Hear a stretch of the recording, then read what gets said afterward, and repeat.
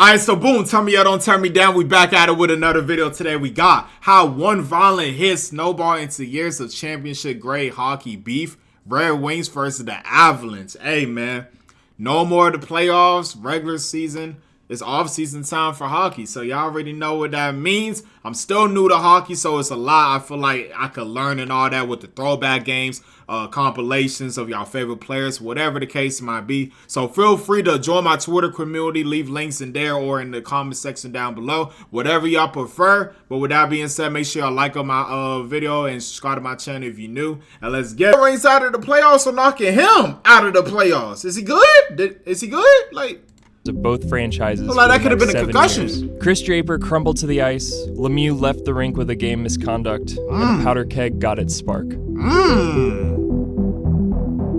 While Beef that history. one hit ignited the rivalry, the beef had actually been building since before the Avalanche were even the Avalanche. For Lemieux real? had been a thorn in Detroit's side before the Avalanche were even the Avalanche. Lemieux had been a thorn in Detroit's side during the finals a year before, when his Devils swept the underperforming Red Wings to win the Stanley Cup. Lemieux won the Conn Smythe Trophy, which led to a contract dispute, which led to him being traded to the newest team out west. Okay. The Quebec Nordiques had just moved to Denver, and became the Colorado Avalanche after being briefly named the Rocky Mountain Extreme. Led by future Hall of Famers Joe Sakic and Peter Forsberg. That was their name at first, the Rocky, what did it say, Rocky Mountain Extreme was the first choice? I'm glad they stuck with Avalanche because Rocky Mountain Extreme, goddamn, that's a long ass name, bro. Future Hall of Famers Joe Sakic and Peter Forsberg, they were Cup favorites and began life in Denver with a 3-2 victory over who else but the Detroit Red Wings. It was a mostly respectful affair as both teams celebrated the return of hockey to Colorado. Detroit only lost 12 more times that season on the way to winning the President's Cup trophy. But one of those victories also directly led to the Avalanche's future success. During an 11-1 victory at Montreal, the Wings scored 9 times on Patrick Waugh. He was finally pulled halfway through the second period, but having been kept in through that onslaught, the damage was done. Upset and with no glass behind the bench, he went straight to Canadiens president Ronald Corey to let him know he was done playing for Montreal. Straight up? During the game, you gonna let him know you done playing? Like that? 4 days later, he was traded to Colorado. Bro, just imagine you just sitting there. One of your players just come up and say, hey, I'm done playing for you. Get me the fuck out of here. Nah, that's cold-blooded right there. Following that opening night loss, the Red Wings beat the Avalanche 3 straight times, including a 7-0 romp on March 22nd, which led many to believe that Detroit had Waugh's number. But as they say in hockey, the regular season doesn't mean shit. They met in the Western Conference Finals, fired up the grills, and had some beef. Yeah, that's for any May sport, 19th, for real. 1996, with the series in Detroit, the Avalanche crashed the Kid Rock-themed party and stole the first 2 games in front of a shocked crowd. The ever-eloquent Denver Post columnist Woody Page gave the Wings some bulletin board material when he said, "The Red Wings will get about half their normal oxygen at mile-high altitude, but they're already having problems breathing because it's difficult when you have your own gloves around your throat." Detroit brought the physicality to Game 3. In the first period, Slava Kozlov guided Adam Foote's face into the glass. Ooh. The officials had no issue with this, so the Avs took justice into their own. Yo, got the man bleeding from that. Baby, lucky he didn't stand back up and put him in a chokehold and chokeslam him. Hands. Claude Lemieux found Kozlov and said hello. Oh! Each boy received a minor, and the Wings took the game 6-4. Afterwards, as Claude and his family left the arena, Detroit's coach, Scotty Bowman, yelled at Lemieux from the Red Wings team bus. Claude stepped aboard, traded barbs, and walked away pissed off. The next morning wouldn't be better for Lemieux when it was announced the punch got him suspended for Game 4. This didn't sit well with Colorado, who believed Bowman sent tape to the league office asking for Lemieux to be suspended.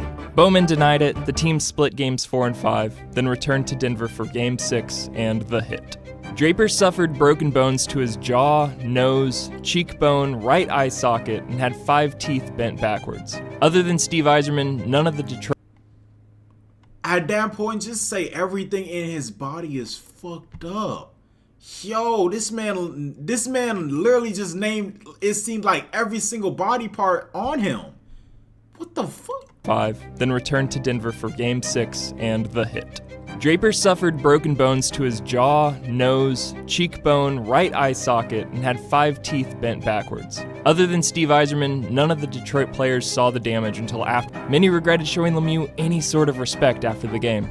I can't believe I shook this guy's friggin' hand after the game. That pisses me right off. Damn. As for Lemieux, he was suspended and fined for the hit, but it wasn't enough for Detroit. Draper was left wondering if he'd have to take things into his own hands.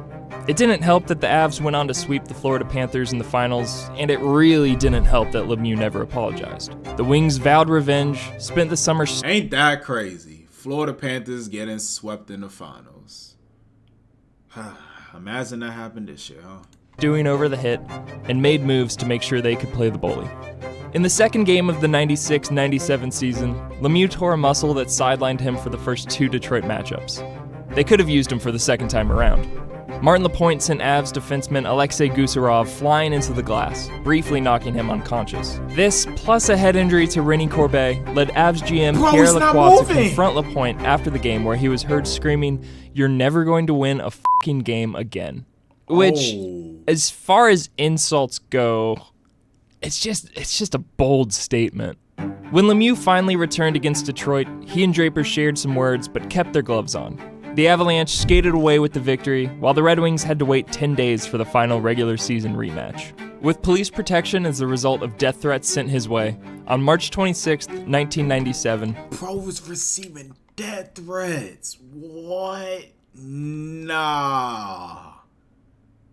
This ain't even about hockey no more. Death threats? That ain't it, bro. As a result of death threats sent his way. On March 26, 1997, Lemieux returned to Detroit for the first time since Game 6. Near the end of the first period, the brawl began. Everything looked par for course until McCarty spotted Lemieux standing alone. He came up along Claude's side and caught Lemieux. Oh, hell nah, bro. Nah. Bro really turned around and said, boom, Krabby Patty. Boom, shazam. Nah. He said, fuck this game. I'm about to fuck you up. Looked par for course until McCarty spotted Lemieux standing alone. He came up along Claude's side and caught Lemieux with a right. From there, everything erupted in a way that looked rehearsed by Detroit. It became a scene with everyone playing their part, but afterwards, McCarty said no one talked about it before the game. It just happened, including McCarty kneeing Lemieux in the head. As the refs focused on getting McCarty off of Lemieux, the get back a goalies went at it motherfucker in an exhaustingly impressive display of balance. The officials finally freed Lemieux, who made his way to the locker room as the crowd erupted. They are on their feet here at Joe Louis Arena. As for McCarty, he received a double minor for roughing. No fighting major, no game misconduct. Just kept on trucking. Oh, really? It took 10 minutes for the refs to restore order, but this game was already out of hand. It took 10 minutes for the refs to restore order, but... It took 10 minutes for the zebra case to keep shit to get shit back in order, to calm them down. What? 10 minutes? That's how you know that shit. 10 minutes. Hey, that's a long ass time to just calm everybody down for real. This game was already out of their control. Deadmarsh and Konstantinov dropped gloves. Shanahan and Foote went at it to start the second, followed a few minutes later by Keane and Holmstrom, Ward and Severn, and 4 minutes later, Deadmarsh looked to get some revenge on McCarty. And Deadmarsh trying to get back for what McCarty did to Lemieux. Once everyone remembered there was a game going on, regulation ended with the teams tied at 5. Somehow, Darren McCarty was still in the game, so naturally, he scored the game winner in overtime. After the game, Scotty Bowman said none of this needed to happen. Could all have been put away, if he would have said he's sorry. Less than 2 months later, Colorado and Detroit had a Western... He basically saying, hey, if you said sorry, I would have took the apology. But you ain't say sorry, so, hey, it gonna be what it is. All right, shoot. Conference Finals rematch. In a tough back-and-forth series, the rivalry took over in Game 4. During a 6-0 Red Wings victory, the third period had 204 minutes of penalties, 64 of which came in one altercation with just over 2 to play. Watching his team get beat in every way, Avs coach Mark Crawford had enough and let Scotty Bowman hear it. Standing over the small partition between the two benches, he lay into the legend. Unfortunately, the broadcast didn't pick it up, but Adrian Dater was able to transcribe the tirade in his book Blood Feud. It pretty much just amounts to Mark Crawford yelling at Bowman, calling him old over and over again, and then telling somebody that he's gonna f***ing kill them. You know, the usual.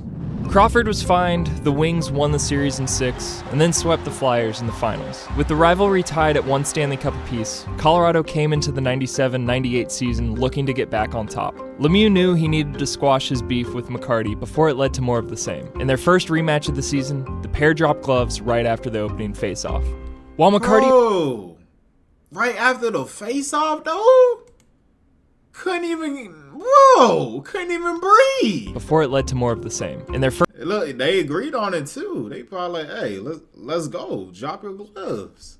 Let's fucking go. First rematch of the season, the pair dropped gloves right after the opening face-off. While McCarty applauded Lemieux's attempt to end things on the ice, it wouldn't be enough. McCarty said after the game, "I respect Claude for doing that as a hockey player, but I still have no respect for him as a human being. He still hasn't apologized to Drapes for what he did." He added that he'd be fine if the blood feud never ended. On April 1st, the teams picked it right back up, in a game that once again had 200-plus penalty minutes in the third period alone. That's where we got this beauty. That once again had 200-plus penalty... Look at the referee, man. He fed up. My man's got his arms folded like... They just still at it, man. They still at it. They just still fighting, man. Like, he ain't even trying to break up this shit, bro.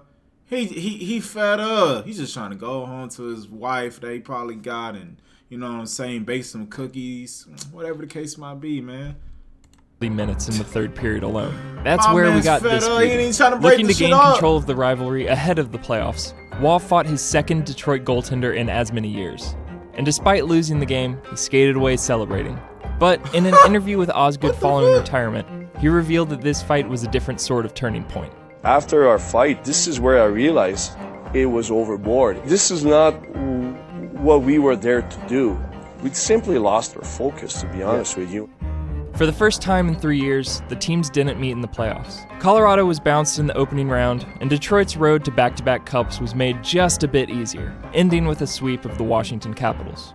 The rivalry was far from over, but over the next 4 years, the focus was on winning games instead of winning fights. In 2000, they even played I the was about first... to say, because at a certain part, it just seemed like they was worried about fighting in the game. They couldn't give a single fuck if they won or not. Win or lose, I'm just trying to fight. I'm trying to make you bleed. In GTA, of course. Like, that's what it seemed like to me. regular season But game. then they got to their senses like, man, let's go ahead and win the championship. Let's win the Stanley Cup championship. Like, let's stop fucking around and lock in. 20 years that didn't have a single penalty. Talented hockey players in the world, pushing each other to be better. The beef was special and the hatred was real, making it one of the most unforgettable hockey rivalries of all time. Damn. Thanks for watching Beef History. I couldn't have made this video.